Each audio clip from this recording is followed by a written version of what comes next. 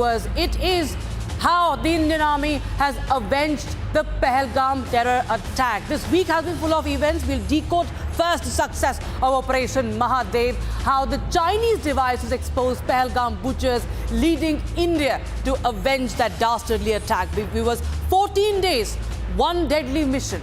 Next up will be how Donald Trump announced trade agreement with Pakistan, but Balochi leaders are warning Trump against it, saying that Munir is only fooling him. We dive deep into that.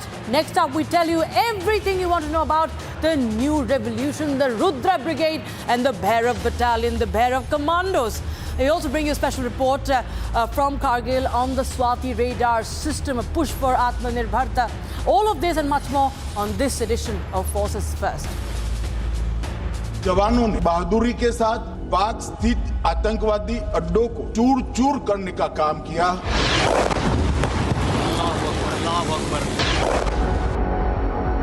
हमने 9 आतंकी अड्डों को समाप्त किया, परंतु एक भी civilian नहीं मारा गया। नूर खान चकला लहर में तोड़ दिया गया। एक हिंदू ने पाकिस्तान को पूरी दुनिया में एक्सपोज कर दिया कि पाकिस्तान के अंदर टेररिज्म है।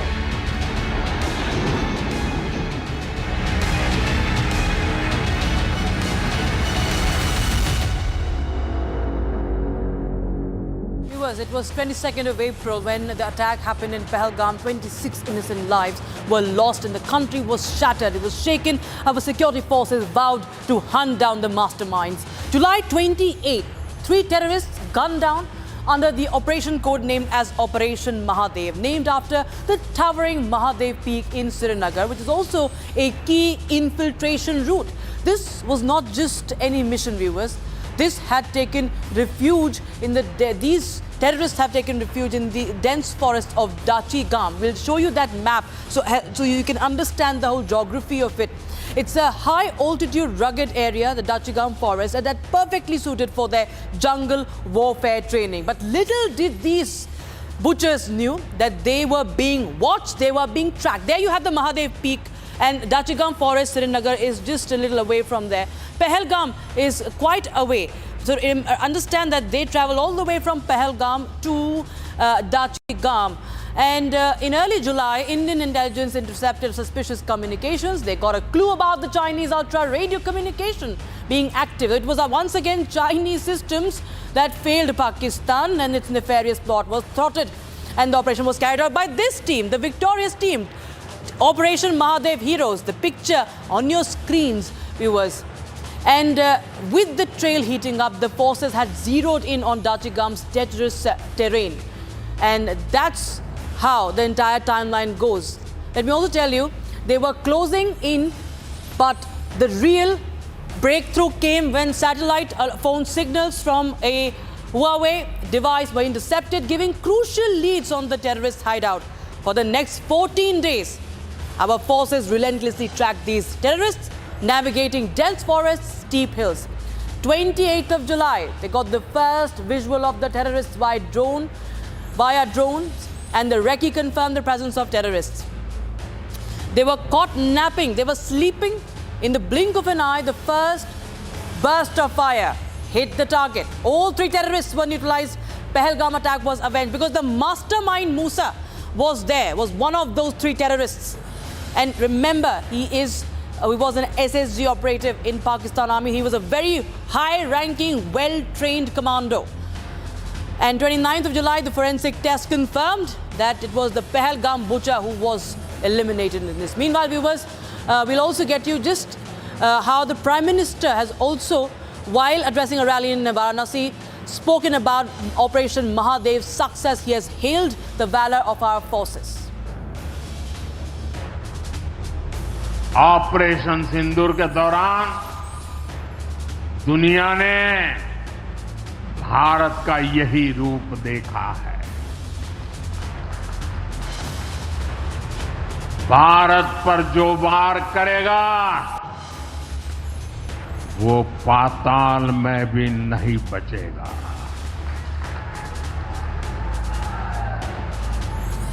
लेकिन भाइयों बहनों, दुर्भाग्य से ऑपरेशन सिंदूर की सफलता पर हमारे देश के कुछ लोगों को भी पेट में दर्द हो रहा है।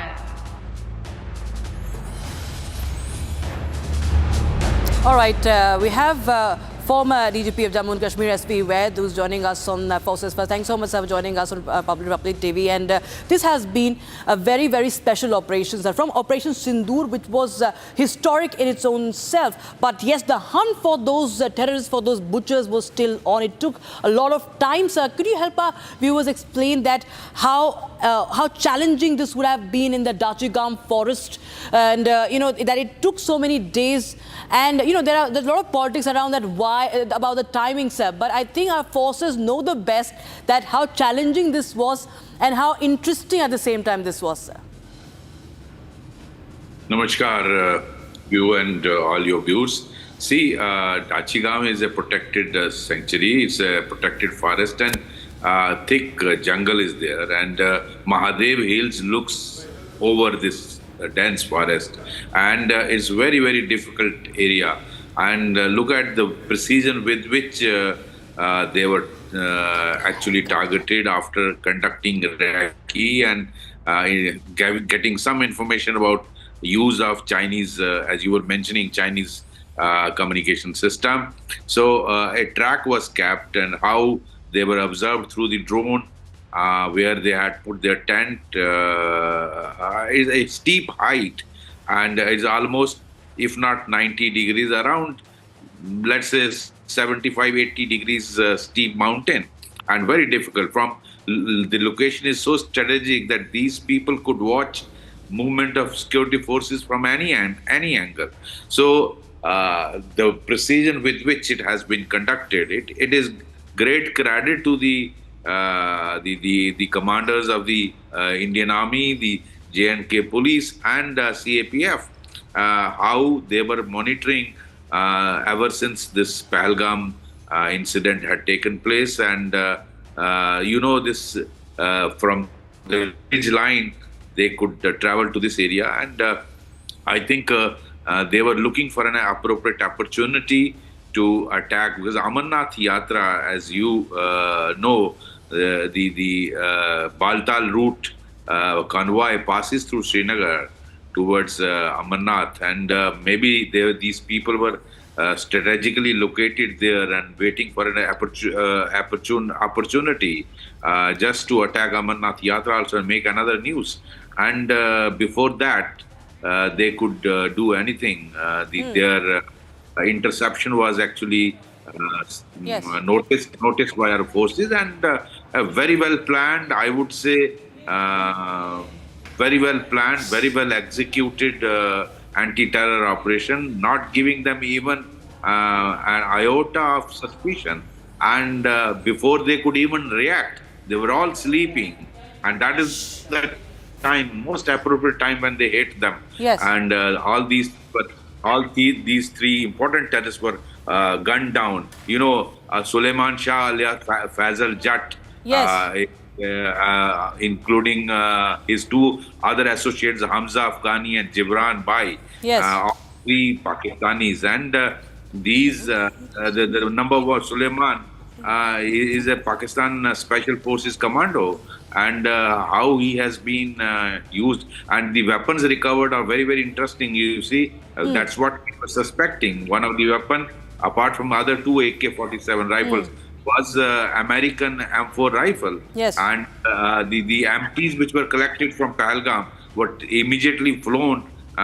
These weapons were flown to Center Forensic Science Laboratory in Chandigarh, and they were matched, absolutely ensuring that these the firing which was conducted in Pahalgam was from these three weapons, and that gives us a solid evidence of forensic evidence how these people are connected with the Pahalgam. Because, you know, many people were raising eyes even within your country, forget Pakistan, even within your country, person like Chidambaram saying, I'm surprised, who has remained a home minister, Yes. they should be shamed.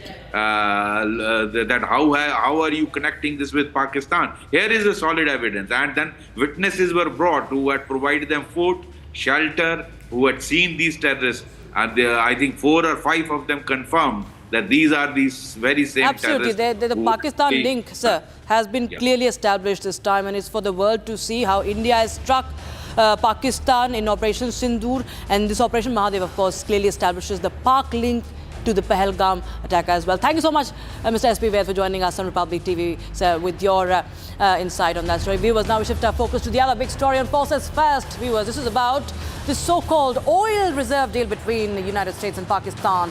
US President Donald Trump on the 30th of July announced a trade agreement with Pakistan focusing on developing what he described as massive oil reserves in Pakistan. Now, this deal includes collaboration with an American oil company to explore and extract these reserves. Trump even went on to suggest that Pakistan could potentially export oil to India in the future, to which the MEA has no comments, of course, to utter about. This announcement now comes shortly after Trump imposed 25% tariff on Indian imports. At least he announced that US is going to do that, and along with an unspecified penalty for India's continued trade with Russia. But here's the reality check, viewers. Pakistan's proven crude oil reserves are modest. They're meager. They're estimated to be between 234 million and 353 million barrels, ranking 850th globally. And in contrast, India's reserves are approximately 4.9 billion barrels, over 10 times larger. With a disproportionate demand-supply chain and a lack of infrastructure, the feasibility of Pakistan becoming a so-called oil exporter could be highly speculative.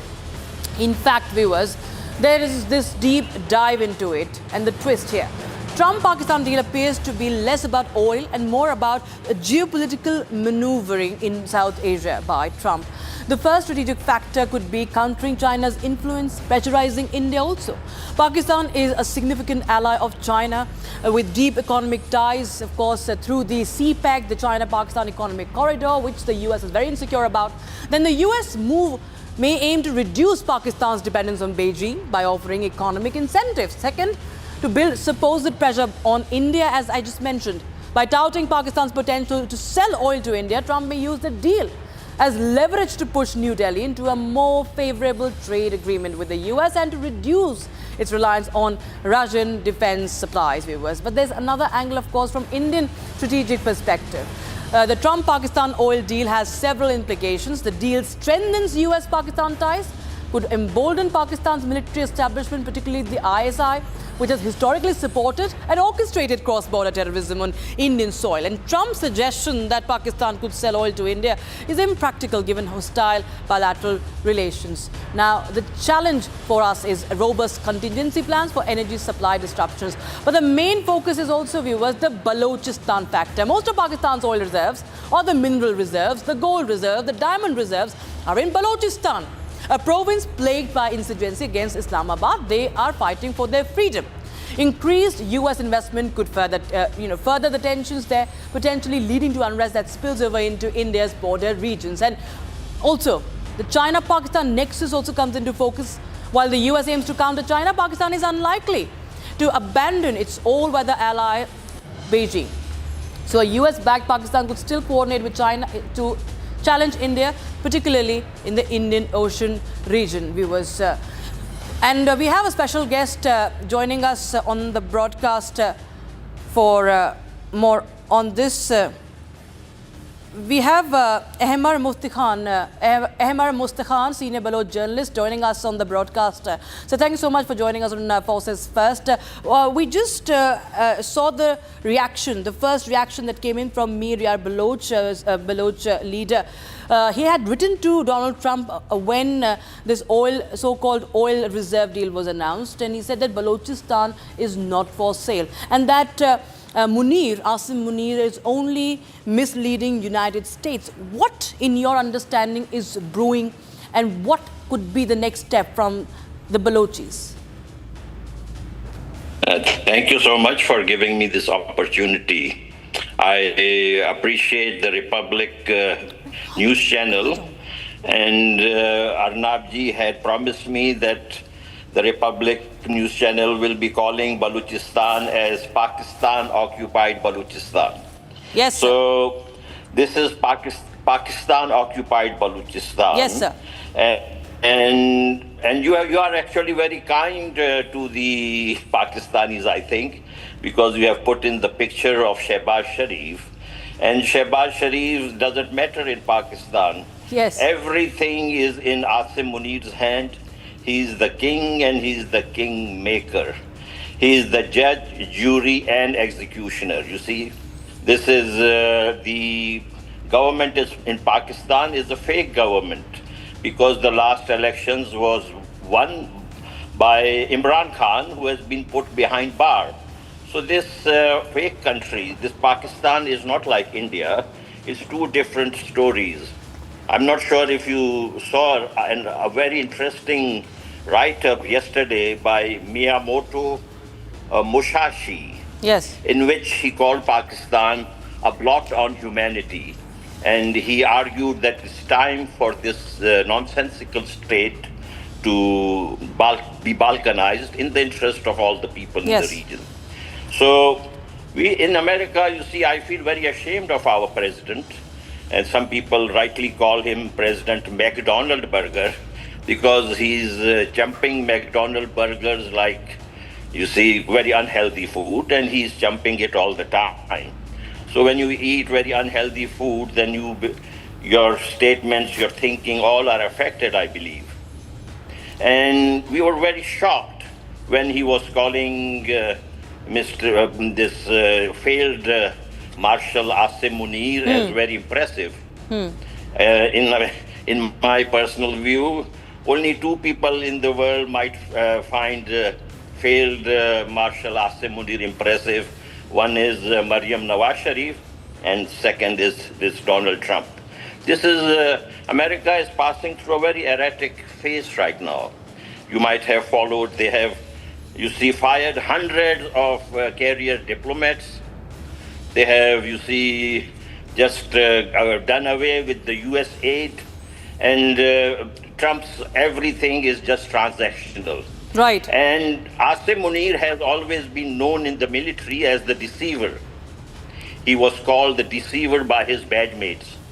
You mentioned Pahalgam. As you know, just 6 days before Pahalgam, he came to address the overseas Pakistanis, and he said he meant the Punjabi jihadis have the superior culture, they have the superior ideology, and he talked about two-nation theory. Once the two-nation theory was, you see, droned in the Bay of Bengal in 1971. If he still talks about this, we are going to drone it again in the Baloch Gulf. This, whatever Pakistan's mineral resources, everything is in Balochistan. Yes, yes. But this president, you see, doesn't know much about history, much about politics. Yes. He is just a transactional kind of a person. Right, sir. I will really appeal to the, please try to somehow talk with him about the trade surplus, because that is what's bothering him. Absolutely, you see, and they are also jealous of India. Please don't think that the US is a friend of India. Indian GDP growth rate is far ahead of the United States and even of China.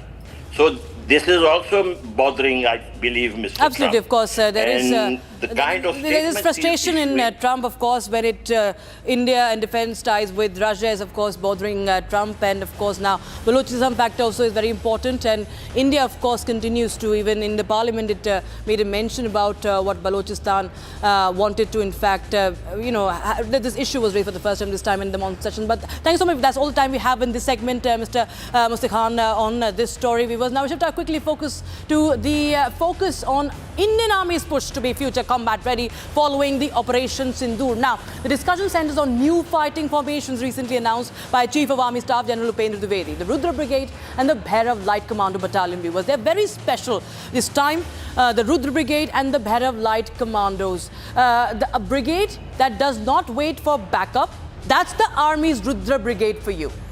It is lethal, agile, ready to strike at a moment's notice. The Rudra brigades are rewriting battlefield playbooks by merging tanks, troops, special forces, drones and artillery all into one seamless war machine.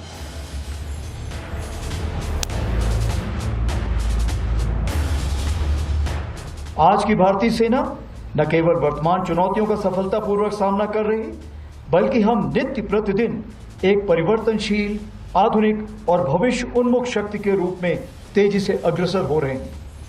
इसके अंतर्गत रुद्र के रूप में नई all arms brigade का गठन किया जा रहा है, जिसका सैंक्शन मैंने कल ही दिया है, जिसमें infantry, mechanised infantry, armoured units, artillery, special forces, unmanned aerial system जैसे फाइटिंग कंपोनेंट्स को एक साथ रखा जाएगा और विशेष रूप से तैयार किया जाएगा, जिसमें शामिल लॉजिस्टिक सपोर्ट और कॉम्बैट सपोर्ट होंगे। इसी क्रम में भैरव लाइट कमांडो बटालियन के रूप में एजाइल और घातक स्पेशल फोर्सेस का गठन किया गया है, जो सीमाओं पर शत्रु को चौंकाने के लिए हमेशा तैयार है।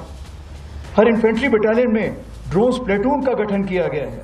वहीं आर्टिलरी में शक्तिमान रेजिमेंट बनाई गई है, जो ड्रोन और काउंटर ड्रोन इक्विपमेंट और लॉयटर म्यूनिशन के साथ लैस होगी।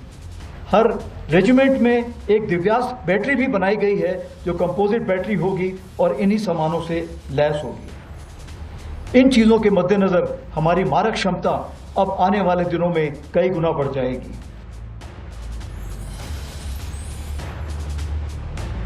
Right, viewers. So that is, of course, the Bhairav commandos and the readiness of the Indian Army is on full display. We quickly shift our focus now, viewers, to the other stories that we are, of course, tracking for you on Forces First. And viewers, this is about, of course, the Atmanirbhar push, viewers. We are going to show you how the Indian Army continues to display the weapons. It has the armor, and one of the reports we got to you from Kargil is on the Swati radar system, the weapon detection radar system that's very much made in India, engineered in India. Take a look. India has been emerging as a formidable force in defence technology, with the Atmanirbharta self-reliance taking the centre stage. And here we are reporting the power of the Indian-made weapons. Right behind me is the Swati defence system. This is the radar system, and it is in fact a WLR. It's a weapon locating radar. It's used during the ceasefire violations, also in wartime as well. And what's more important is that it is developed in India. It is made in India. So we'll just give you a 360-degree view, or whatever angles we can capture of it. It is designed to locate the origin of the hostile artillery, the enemy's artillery fire, and pinpoint the location of the army weapons. Provides critical real-time data to the armed forces and enables them to neutralize the threats effectively. And this has been a game changer time and again in several situations, many situations. It's been a few years since it has joined India's air defense systems, and of course it has played a key role in several situations. And viewers, Lieutenant General Pushpendra Singh assumed the prestigious appointment of Vice Chief of the Army Staff and paid tribute to the fallen comrades from IPKF operations on the first day as Vice Chief of the Army Staff this week. Watch these visuals as we say goodbye on this edition of Forces First. Jai Hind.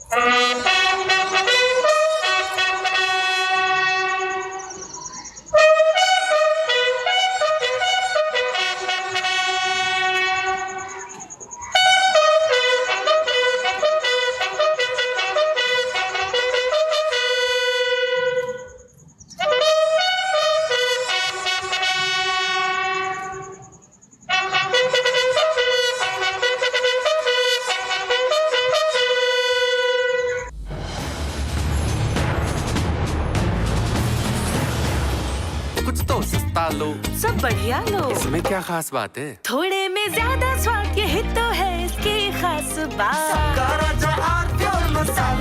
इसको घर पे लगाओगे तो शादी का तो पता नहीं, पर घर पक्का नहीं टूटेगा। रुंगटा नहीं तो घर स्ट्रॉन्ग नहीं। रुंगटा स्टील TMT बार एकदम सॉलिड। पहाड़ों में एक हाइकिंग शिप भी बन सकती है। दादी के हाथों का जादू और खुशबू से महकता घर, माँ की मुस्कुराहट और खाने की सुगंध। MDH गरम मसाला, क्योंकि हर रिश्ता है स्वाद से जुड़ा। केसरिया से मन जोगी हुआ रे, दिल झूमे देखो मतवारा हुआ रे। केसरिया से मन जोगी हुआ। हर पल मनाओ केसरी त्योहार। विमल, बोलो जुबान केसरी। MDH की हल्दी मिर्ची धनिया करे कमाल। ये रंग दे, ये खुशबू दे, ये तीखा, ये कम पड़े। क्या निराला MDH मसाला। भारत की अपनी दुकान इंडिया सोना, अपने देश का सामान इंडिया सोना, इंडिया सोना। इंडिया सोना। कुछ तो सस्ता लो, सब बढ़िया लो। इसमें क्या खास बात है? थोड़े में ज्यादा स्वाद, यही तो है इसकी खास बात। The Indian economy has been the fastest growing G20 economy for 8 of the last 11 years. And those are the only 8 in the last 77 years, during which India has been the largest, has been the fastest growing economy among the G20. So during the years that Rahul Gandhi's family ruled India, India's per capita income was declining relative to the rest of the world. Just listen to that. The average income of an Indian was declining relative to the average income of every human on earth. That is a remarkably bad outcome for India to have had. If you want a dead economy, it is the Nehruvian Indira economy and the Rajiv economy. That was a genuinely dead economy. If you want an economy that is vibrant, this is that economy. The economy of India today under the Modi government is in fact the envy of the world. It may not be the envy of Donald Trump right now, but the simple fact is that the Indian economy is the fastest growing economy in the world. You can see this in Bharat 1 Minute, brought to you by Canara Bank. Together we can. And getting some more updates coming in right now. Madhya Pradesh CM Mohan Yadav attended the groundbreaking ceremony for 6 industrial units worth approximately rupees 1,600 crores in the industrial area of Sehor district. Andhra Pradesh CM Chandrababu Naidu vows full support to Union Minister Nitin Gadkari for construction of rupees 70,000 crore highway projects in the state. Speaking at the launch of the National Highways program, Andhra Pradesh CM Chandrababu Naidu has highlighted significant progress in the state's road infrastructure. He stated that the road network expanded from 4,193 kilometers in 2014 to 8,745 kilometers within 5 years during his previous tenure. The Election Commission of India has refuted questions raised by Congress leader Rahul Gandhi. Earlier on June 12, the ECI has written a letter to Gandhi referencing an article published in a leading media outlet dated June 7, 2025. Pure सूजी pasta उबालो मिलाओ और खाओ 8 minute में तैयार। क्या test है सबका राजा pure मसाला। केसरिया से मन जोगी हुआ रे, दिल झूमे देखो मतवारा हुआ रे। केसरिया से मन जोगी हुआ। हर पल मनाओ केसरी त्योहार। विमल, बोलो जुबान केसरी। कुछ तो सस्ता लो, सब बढ़िया लो। इसमें क्या खास बात है? थोड़े में ज्यादा स्वाद, यही तो है इसकी खास बात।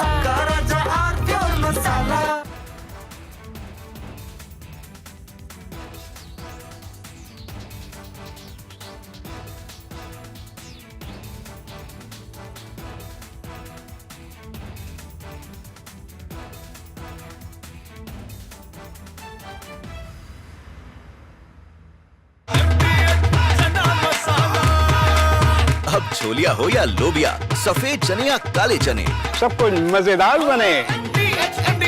Which our has been a part of the ATS team that investigated this Malegaon case. And what he has to say today is explosive. He's breaking the silence. Mahmood Mujawar ji, thank you. शुक्रिया हमारे साथ बातचीत करने के लिए. First of all, आपको ये फैसला आज सुन के क्या लगा? Do you think justice has finally been done in the case, Mujawar ji? बहुत अच्छा लगा सर. कहीं तो न्याय हो गया. और ये न्याय मिलाने के लिए जो आपने जद्दोजहद की, जो आपने कोशिश की, वो सही में काम आई सर. खास करके मैं निरंजन स्वामी का बहुत बहुत शुक्रिया अदा करता हूँ, जिन्होंने मेरा कोई तुम्हारे चैनल से कोई संबंध नहीं था, मगर मेरे को ढूंढ के निकाल के आपने अपने स्टूडियो में बुलाया था और बुला के मेरे को पूछ के सही तरीके से मेरा इंटरव्यू लिया था सर. उसका काम हो गया और अच्छा काम हुआ उसके अंदर सही तरीके से. From Asia's largest news headquarters, setting the agenda for Bharat.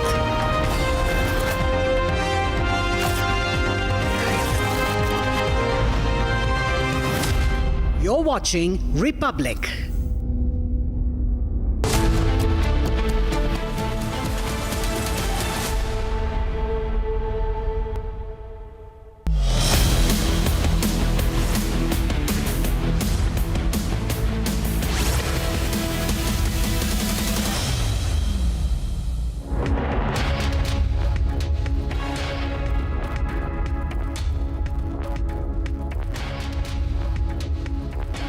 Hello and welcome viewers. You're watching Republic TV. I'm Riyanka Chaudhary. We are going to bring you a power-packed schedule for the next 30 minutes. But first, let's get started with the top headlines of this hour. Operation Akhal, one of the biggest crackdowns on Lashkar, enters day 3. 2 Lashkar terrorists taken down, manhunt on to trace the rest. Union Minister Kiren Rijiju slams Rahul Gandhi, says his remarks on Arun Jaitley are factually incorrect and deeply disrespectful to leaders who serve the nation with integrity. Asian Cricket Council announces venue for India-Pakistan match. BCCI continues to maintain silence amid national call for no cricket with the terror state.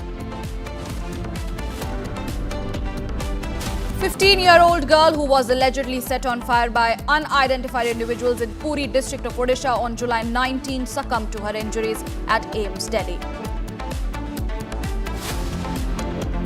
M&S workers vandalized the Night Rider bar in Panvel. An FIR has been registered against around 10 people. Police have launched an investigation into the incident.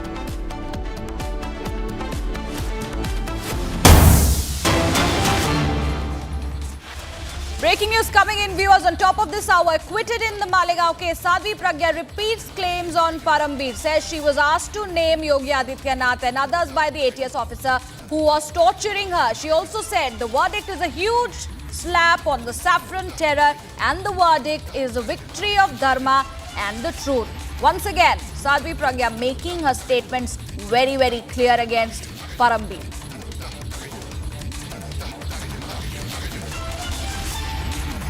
What we understand at this point in time, Sadhvi Pragya has once again claimed that she was asked to name Yogi Adityanath and others by the ATS officer who was torturing her. She has time and again maintained that she was being tortured by Parambir, and Sadhvi Pragya has also said that the verdict, which has acquitted all the accused in the case, is a huge